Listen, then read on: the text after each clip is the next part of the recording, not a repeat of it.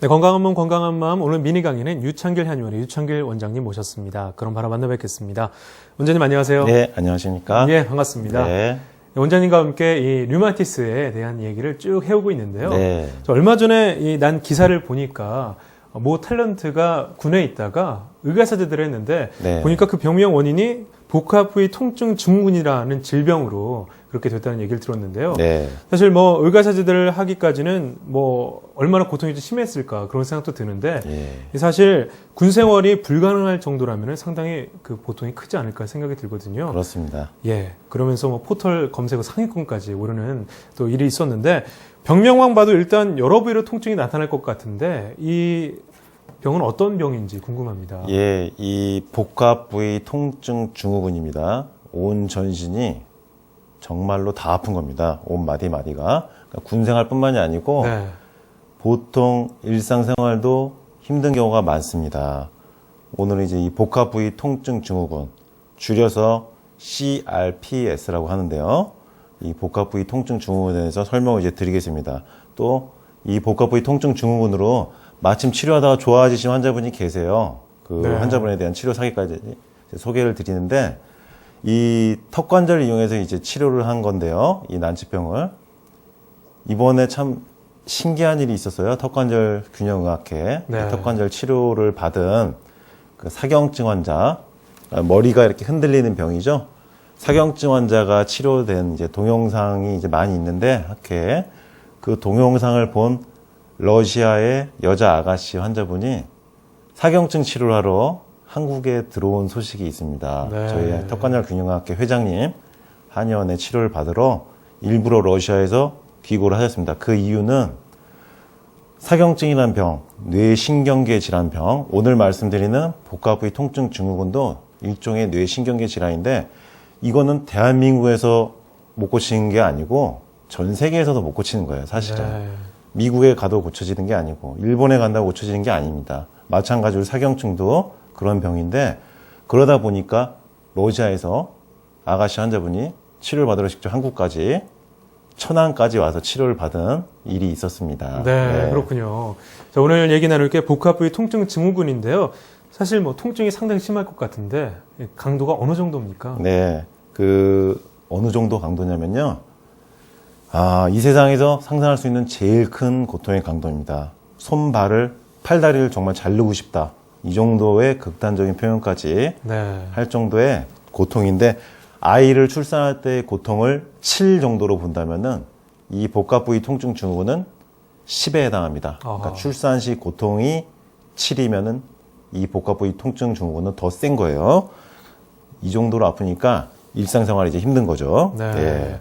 그럼 이 복합 부위 통증 증후군의 구체적인 증상은 또 어떻게 나타나는지 궁금합니다. 예, 증상을 보면은 아픈 부위가 이렇게 화끈거리면서 자결감이 있습니다. 쑤시면서 아프면서 불구덩이에 손을 집어넣은 것 같은 느낌. 후끈후끈하면서 쑤시기도 하고 욱신거리고 자근자근 아프기도 하고요. 이렇게 아프신 분들 꽤 많이 있습니다. 신경통이라면서 아프신 분들.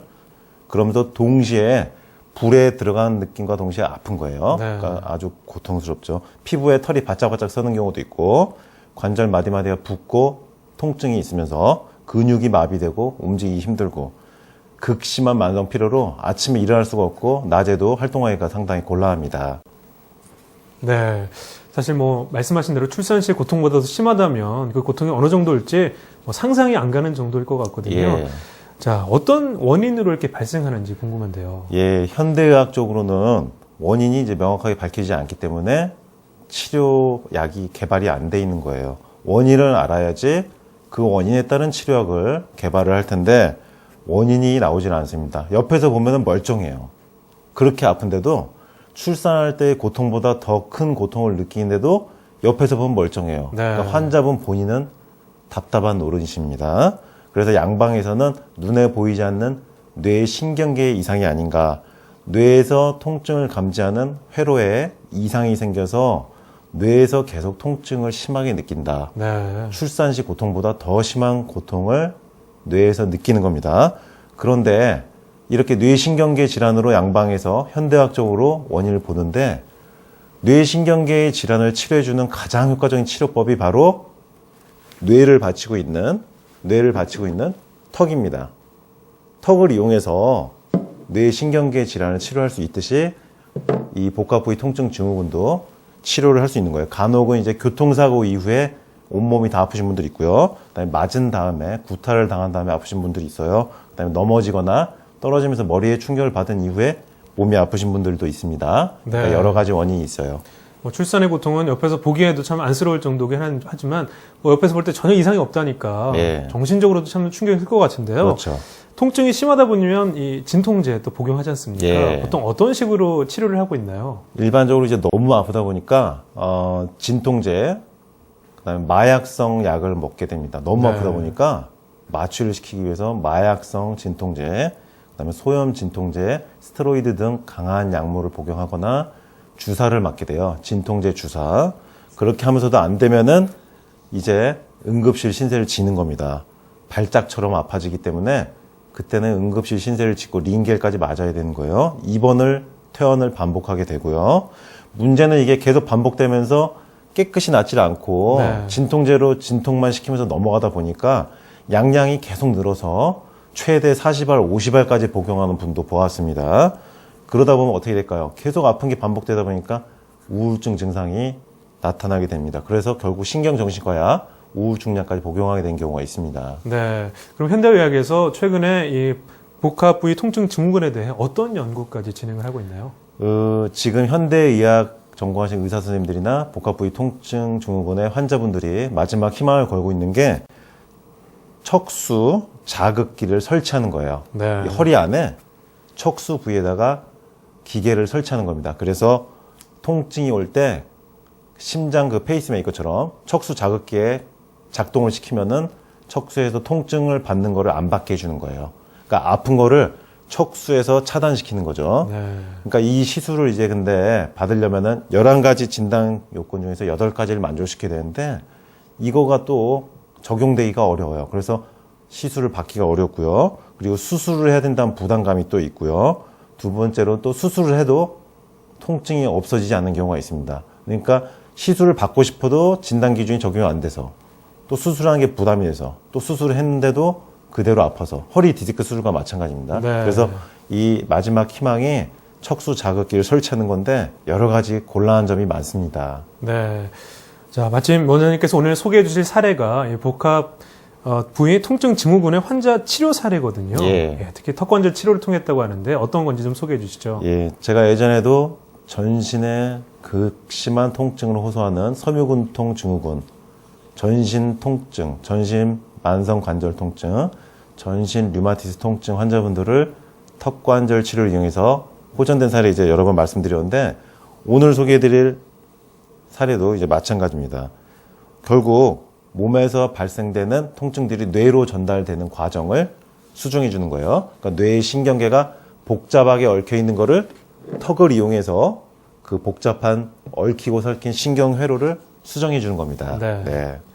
자, 그럼 이 턱관절 치료를 통해서 어떻게 호전이 됐는지 구체적으로 좀 여쭤보겠습니다. 예.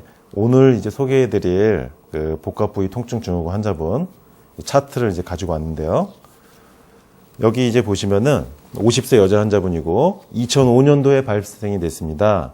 근데 2011년도 3월 달에 이제 저한테 오신 건데 6년이 되면서 점차적으로 이제 양약 복용량이 늘고 점차적으로 진행되고 아파지는 거죠. 이분이 여기 직접 적으신 걸 보면은 온몸이 너무 아프다.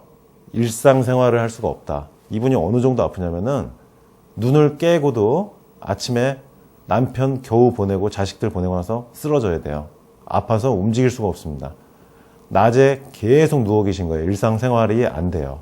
왜? 여기저기가 다 아프기 때문에 낮에 계속 누워 계신 거고 잠을 자는 것도 아닌데 누워만 있어야 됩니다. 그러니까 이게 보통 질환이 아닌데 이분이 여기 보면은 삶에 대해서 여러 번 자살 충동을 느낄 정도로 극심한 통증입니다. 그러면 이분이 양방치료를 어떻게 했느냐? 여기 보시면은 프레가발린이라고 하는 신경병증성 통증약, 리리카라고 하는 약인데 이런 약을 포함한 여러 가지 약들을 계속 먹어도 계속 아픈 거예요. 양약으로 해결이 안 되는 거죠. 증상 적은 거 보면 온몸이 쑤신다, 땀이 하루 종일 납니다. 그리고 극심하게 피로하다, 일어날 수가 없다. 이런 상태로 이제 지내다가 양방병원, 이거 대학병원 내과에서 치료하다가 오신 기록 사본인데 치료가 안 돼서 이제 오신 거죠. 이분 아프신 부위를 본인이 이제 직접 체크한 건데 1에서 10까지 제일 아픈 것을 10으로 봤을 때 턱 관절이 8이고요. 목 어깨가 9하고 10입니다. 목 어깨가 돌덩어리처럼 굳어 있어가지고 움직일 수가 없는 상태였습니다. 팔꿈치 10, 손목 9, 엉덩이 8, 허리 7, 왼쪽 무릎이 10, 무릎이 아주 터져나가듯이 아프다. 발목 9. 여기 적어주신 요 본인의 증상 기록한 부위를 보면은 정말로 다 아파요. 네. 안 아픈 부위가 없어서 체크를 안 한 데가 어딘지 찾아봐야 됩니다. 이 정도로 전신이 다 아픈 상태에서 이제 오신 건데 치료가 현대학적으로 안 되고 어디를 가도 안 되는 상황에서 오신 건데 저는 어떻게 치료를 했느냐. 뇌 신경계가 얽히고 설킨 뇌에서 통증을 인식하는 경로가 잘못된 병이기 때문에 뇌를 조절한 치료를 한 겁니다. 그럼 뇌를 조절하려면 어떻게 되느냐. 이 뇌로 들어가는 500원짜리 만한 구멍이 있습니다. 대후두공이라고 하는데요. 이 안으로 모든 신경과 혈관, 임파가 다 지나가게 됩니다. 근데 이런 복합부위 통증 증후군 환자분들은 이 뇌로 들어가는 통로가 좁아지는 경우가 많아요. 네. 얽히고 설키고 전선줄이 얽히지 않고 가지런히 있어야 되는데 얽히고 설키면은 전기 스파크가 일어난 것과 같은 이치입니다. 그래서 뇌를 조절하는 치료를 하기 위해서 턱관절 치료를 한 겁니다. 턱이 안 아프더라도 턱을 치료한 거예요. 왜냐하면 뇌를 치료해주기 위해서 뇌에서 통증을 인식하는 회로가 잘못된 것을 재정비해 주는 겁니다. 뇌를 편안하게 해주면은 온몸 365개 관절이 다 아파도 뇌에서 안 아프게 느낄 수가 있는 거예요. 그리고 양약 중독을 해결할 수가 있는 겁니다. 어떻게 뇌를 조절하느냐. 뇌를 받치고 있는 턱을 이용해서 뇌의 균형을 맞추고 뇌의 좌우 밸런스를 맞춰주는 거, 뇌로 막힌 통로를 뚫어주는 겁니다. 이 환자분도 오시자마자 그래서 턱관절의 균형을 조절해서 뇌의 균형을 맞춘 겁니다. 턱관절의 균형을 맞춰주니까 그렇게 그동안 고생하면서 아파왔던 게 2주 만에 50%가 줄어버린 거예요. 네. 6년 동안 약약을 그렇게 많이 먹고 응급실로 왔다 갔다 해도 안 나았던 통증이 뇌를 조절하니까. 근데 뇌를 조절하기 위해서 뇌를 받치고 있는 턱의 균형을 저는 맞춰준 것 뿐입니다. 턱을 이용하는 거예요. 지렛대처럼. 뇌를 받치고 있는 게 턱이기 때문에 턱만 조절을 해준 겁니다. 그러면은 뇌가 좌우의 균형이 맞으면서 통증 인식 경로가 재정비되면서 얽힌 전선들이, 꼬였던 전선들이 풀리면서 통증을 안 느끼는 거예요. 그러니까 살겠다, 이제. 낮에도 활동을 하고, 남편분이랑 모임에도 같이 가고, 그전에는 모임도 못 가요. 네. 모임도 가고. 그리고 낮에 집안 청소도 하고, 살림도 좀 하고, 가족들이 제일 먼저 기뻐합니다. 엄마가 바뀌었다고. 자살 충동을 느낄 정도로 생활이 안 되던 분이 2주 만에 이렇게 좋아지니까 이 턱관절 치료는 치료하는 의사인 저도 제가 놀라요, 사실은. 네. 하면서. 그 정도로 효과가 빠르고 신속하게 나오는 치료법입니다. 그래서 러시아에서도 이 치료를 받기 위해서 오는 건데 지금 이게 잘 알려지지 아직은 않았기 때문에 이게 잘 알려만 진다면 한국을 대표하는 치료의학이 될 수도 있습니다. 10년 후에는. 네. 지금 그 정도로 효과가 뛰어난 게 이 턱관절 균형학인데 이분 지금 2011년도 8월 현재까지도 50% 이하로 줄은 상태에서 건강하게 정상생활을 하고 있는 거예요. 저를 볼 때마다 오실 때마다 감사하다고 살게 해줘서. 네. 저는 근데 턱 균형 맞춰준 거밖에 없어요, 이분. 근데도 이렇게 치료가 되는 거예요. 불치병이라고 난치병이라고 하는 질환이 턱의 균형을 맞추면 낫는 겁니다. 왜? 뇌를 조절하니까. 근데 그동안은 한의학에서 현대의학에서 뇌를 조절하는 방법, 뇌의 균형을 조절하는 치료법이 없었어요.